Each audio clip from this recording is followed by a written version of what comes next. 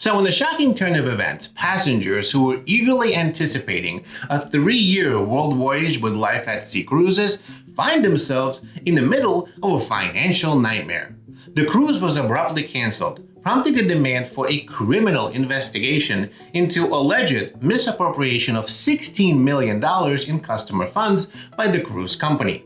A while back, I actually made an entire video highlighting the plans for this exact cruise.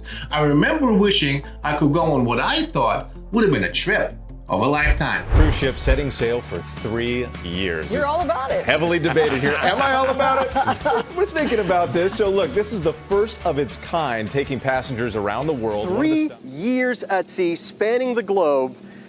And it might sound like a bit much for some, but cabins are actually booking up.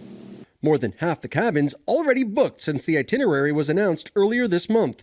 Meredith Shea, a retired flight attendant, booked one of the biggest rooms on the ship. She's hoping for the experience of a lifetime. This is going to be the perfect place to do it all. A coalition of 78 passengers has taken a bold step by sending a letter to Mackenzie LaPointe, the U.S. Attorney for Southern District of Florida, urging the initiation of a criminal fraud investigation into Miray Cruises, the parent company of Life at Sea Cruises, as reported by the New York Times. The letter accused Miray of diverting $16 million in customer funds for a ship deposit. Miray, however, failed to fulfill its promise as it did not purchase a suitable vessel capable of accommodating over 1,000 passengers for their 3-year proposed journey.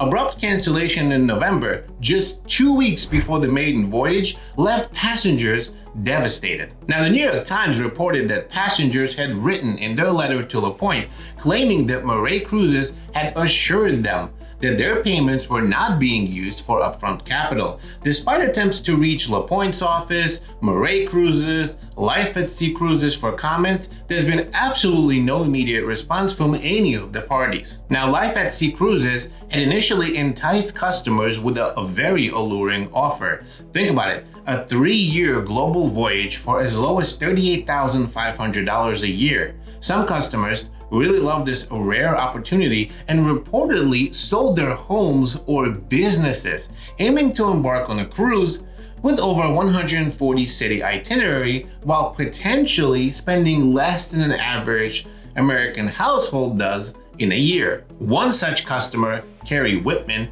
a marketing executive from Cincinnati, shared her heartbreaking story with Business Insider. She sold her home with the hopes of sailing around the world without the burden of flights, relying on the ship's internet connectivity to manage her work remotely.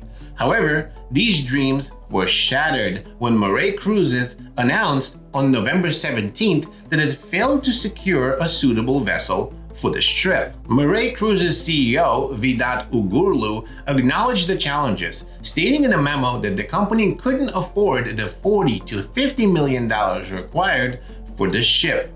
Weeks before the maiden voyage, Ugurlu communicated to customers that the company was facing challenges due to investors backing out of plans.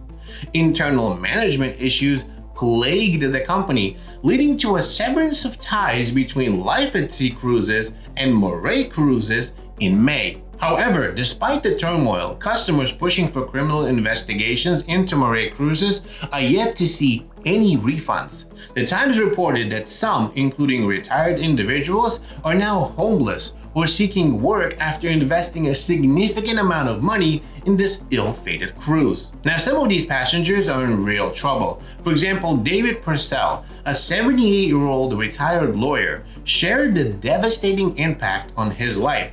Having sold his house and a car to purchase the fare, he expressed the grim reality, stating that some individuals are now broke or homeless, wandering from cruise to cruise like quote-unquote tumbleweeds, with nowhere else to go. The New York Times also highlighted a story of someone named Adam Purse from Bristol, England, who spent 6 figures and paid up front for a discounted cruise fare. This whole situation has left him struggling to find work to cover his mortgage. This story narrates the unfortunate transformation of a dream into a nightmare, citing Adam's sacrifices, including leaving his job, selling his possessions, and renting out his home to cover the costs for a once-in-a-lifetime journey.